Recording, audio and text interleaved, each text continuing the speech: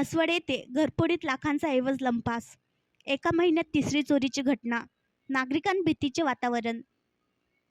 म्हसवड तालुका मान जिल्हा सातारा येथील दत्तनगर भागात शुक्रवारी मध्यरात्रीच्या सुमारास अज्ञात चोरट्यांनी 3 लाख रुपयास 10 तोळ्याच्या आसपास सोन्यावर डल्ला मारल्याची घटना घडली. याबाबतची तक्रार यशोधन दिलीप माने यांनी म्हसवड पोलीस स्टेशनला दिली.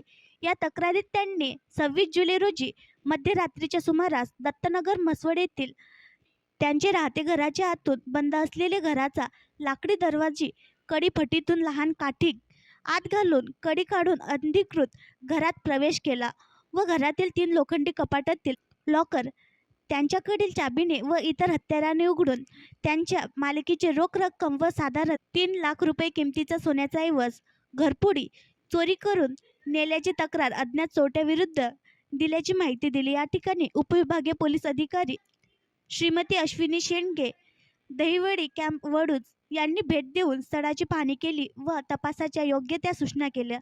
या गुन्ह्याचा तपास सहाय्यक पोलीस निरीक्षक सखाराम बिराजदार करत आहेत. आणखी नवीन व्हिडिओ पाहण्यासाठी आमच्या देशमुख एक्सप्रेस न्यूज चॅनलला सबस्क्राईब करा, लाईक करा आणि शेअर करा.